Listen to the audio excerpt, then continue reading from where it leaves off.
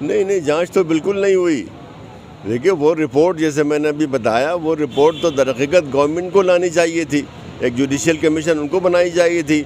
मैंने जो है कमीशन की तरफ से जो मिनिस्टर हैं उन साहब को लिखा कि आप कमीशन को, आप जुडिशियल कमीशन बनाइए। ये 1 मार्च को था, और जब 9 मार्च तक उन्होंने कुछ नहीं किया तो फिर हमने अपनी कमीशन की जो फैक्ट फाइंडिंग कमेटी है वो बनाई।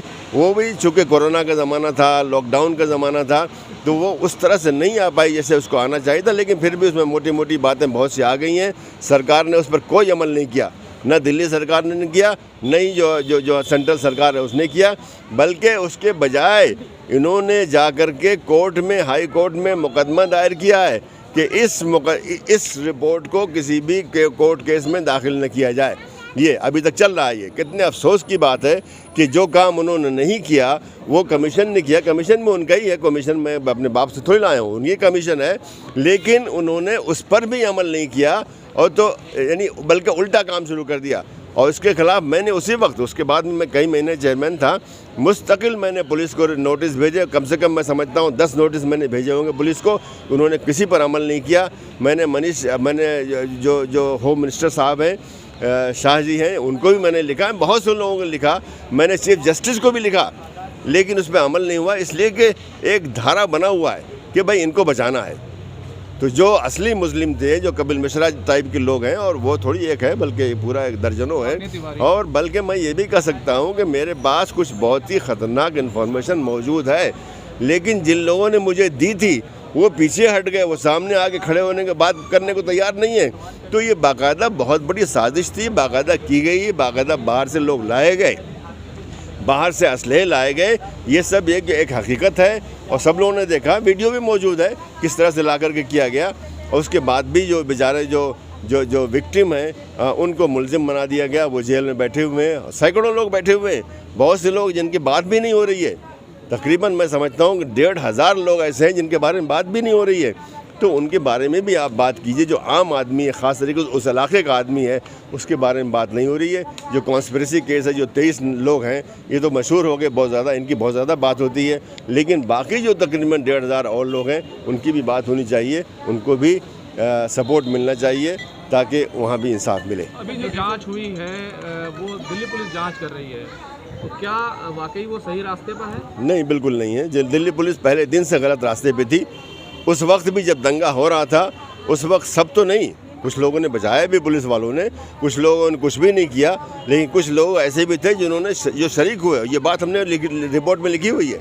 जो पहले जो मेरी रिपोर्ट थी, जो कि 3 मार्च को एक मुख्तसर रिपोर्ट थी, उसमें भी ये लिखा हुआ है, और बाद की रिपोर्ट में भी लिखा हुआ है कि पुलिस के 3 रोल थे वहाँ पे। कुछ लोगों ने बस देखते रहे, खड़े हुए थे, कुछ भी नहीं किया। कुछ लोग जो है उन्होंने मदद भी किया, मतलब विक्टिम्स की मदद भी, ऐसे लोग भी थे, और कुछ दूसरे थे जिन्होंने बाकायदा दंगाइयों के साथ शरीक हुए। तो उनकी कोई वो नहीं है।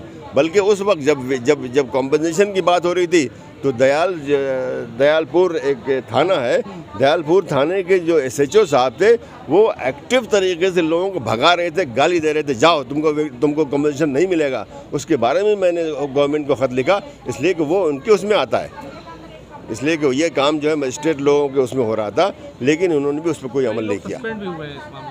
कुछ हुआ होगा, लेकिन उससे आगे होनी चाहिए थी, सर्विस से निकलना चाहिए। खाली ये कि आप तो चंद महीने के लिए उनको हटा दें और फिर वापस ले आएँ, कोई फ़ायदा नहीं है। इंडिपेंडेंट इंक्वायरी की अभी भी ज़रूरत है? बिल्कुल ज़रूरत है। मैंने अर्ज़ किया कि एक जुडिशियल इंक्वायरी जो है, जुडिशियल कमीशन आना चाहिए, जो कि हाई कोर्ट या सुप्रीम कोर्ट के एक्स जज वगैरह होते हैं, वो उनको होना चाहिए। उनके इख्तियारात बहुत ज़्यादा होते हैं, वो होनी चाहिए। जब तक वो नहीं होगा, समझ लिए सही माने में जो हकीकत है वो सामने नहीं आएगी। कंपनसेशन को लेकर के लगातार सवाल कर रहे हैं लोग, 1 करोड़ और 5 लाख 10 लाख का मुआवजा है, तो आप ये कमीशन जो सरकार, जो दिल्ली सरकार ने जो पहले जो दिया था, लोगों को भूल गए हैं, वो बहुत मामूली कमीशन था। मैंने जो है ख़त लिख के मैंने कहा, उसके 2 दिन के बाद सरकार ने उसका तकरीबन 3 गुना बढ़ा दिया उसको।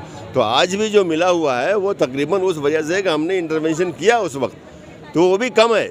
एक आदमी की जो है मौत हो गई है, उसमें 10 लाख रुपए दे रहे हैं, जबकि दूसरा आदमी जो है उसको 1 करोड़ रुपए दे रहे हैं। तो ये तो बहुत बड़ा अंतर है। और ये जो मौत हुई है, ये सरकार की नाकामी की वजह से हुई है। सरकार की नाकामी की वजह से ना होती, भाई खुद से कहीं पे गिर गया होता, कोई गलती हो गई तो उसमें जिम्मेदारी नहीं होती। लेकिन ये जो लॉ एंड ऑर्डर सरकार की जिम्मेदारी है, सरकार उसमें बनती ही इसीलिए।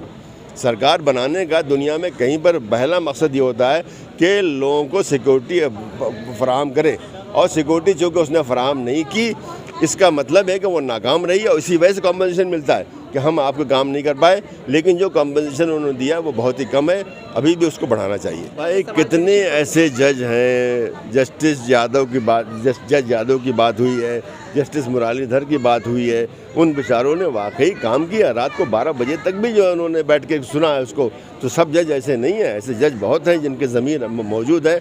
लेकिन ये जो सरकार है, बस सरकार तो सरकार ही है, वो उनको फ़ौरन हटा देती है, अगले दिन हटा देती है, कहीं और भेज देती है, एक्साइज में भेज देती है।